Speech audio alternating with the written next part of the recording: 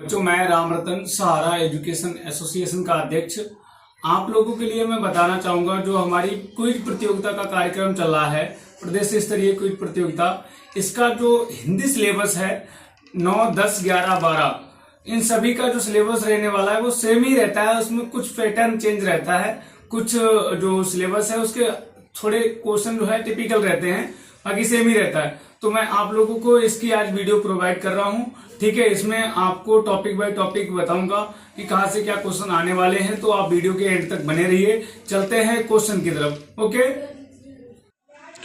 बच्चों, संस्था की तरफ से आप लोगों को प्रदेश स्तरीय क्विज प्रतियोगिता का जो हिंदी सिलेबस रखा गया है, बेसिकली ये सभी के लिए लागू होता है।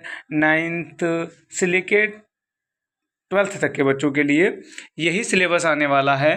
तो इसमें आपका मुख्य विषय जो रहेगा वो व्याकरण और भाषा से रिलेटेड रहने वाला है। जैसे वर्णमाला जो है, वर्णमाला से स्वर, व्यंजन और इनके क्या क्या, ये कितने प्रकार के होते हैं, ये सारी चीज़ें आपकी आने वाली हैं। ठीक है, उसके बाद शब्द भेद में आपके लिए तत्सम और तद्भव शब्द दिए गए हैं जो आपको पहचाने हैं कि इसमें से तत्सम कौन सा है और तद्भव कौन सा है। उसके बाद आपको संधि से रिलेटेड क्वेश्चन आने वाले हैं। शब्दों को जोड़ने के नियम और उनके प्रकार क्या होते हैं, ये संधि में बताया जाता है। तो उसमें पूछा जा सकता है ये कौन सी संधि है। और हम लोग चलते हैं ये आगे। आपके लिए संधि के अलावा समास मिलने वाले हैं, जैसे शब्दों के मेल और उनके प्रकार, शब्दों के मेल क्या होते हैं और वो कितने प्रकार के होते हैं, आपसे समास में पूछा जाएगा। ठीक है, उसके बाद आपको पूछा जाएगा उपसर्ग और प्रत्यय, मतलब ये शब्दों के प्रारंभ और अंत में जोड़कर जो अर्थ होता है वो बदलने वाले शब्द होते हैं। तो इसमें आपको पहचानना पड़ेगा कि इसमें उपसर्ग कौन सा है और प्रत्यय कौन सा है। ठीक है, उसके बाद आपके लिए पर्यायवाची शब्द आएंगे। पर्यायवाची शब्द में क्या है, समान अर्थ वाले शब्द आते हैं। उनमें आपको दो शब्द, चार शब्द दिए होते हैं, उनमें से एक शब्द छांटना पड़ता है। जो क्वेश्चन आता है उसका कौन सा है, ये आपके समझ में आ गए होंगे पर्यायवाची। उसके बाद आपके लिए मिलने वाले हैं विलोम शब्द। विलोम शब्द में क्या है कि जो अपने विपरीत अर्थ वाले शब्द होते हैं, जैसे अच्छाई का बुराई, ये इस तरीके के जो शब्द रहते हैं ये विलोम शब्द में आते हैं। तो आपको उसमें विलोम शब्द छांटने पड़ेंगे। ठीक है, उसमें एक आपको क्वेश्चन दिया होगा, उसके 4 ऑप्शन होंगे, उनमें से देखना पड़ेगा कि कौन सा उसका राइट है।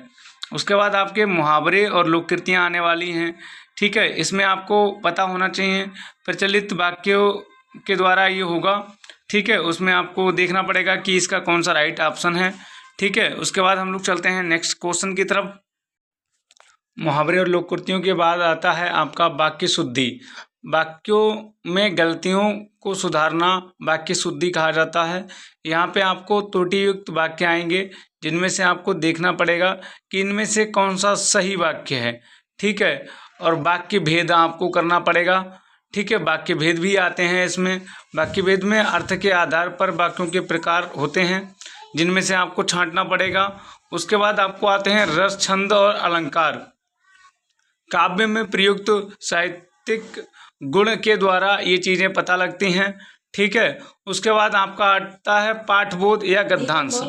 किसी गद्य भाग को पढ़कर उसमें से प्रश्न पूछना पड़ता है कि ये कौन से क्वेश्चन हैं जो कहाँ से उठाए गए हैं, ये सारी चीज़ें बतानी पड़ती हैं। ठीक है, तो ये सभी चीज़ आप लोग तैयार कर लेना, और हम आपको नेक्स्ट वीडियो में बता देंगे कि इंग्लिश का सिलेबस और मैथ का सिलेबस क्या रहने वाला है। Okay, thank you for watching this video.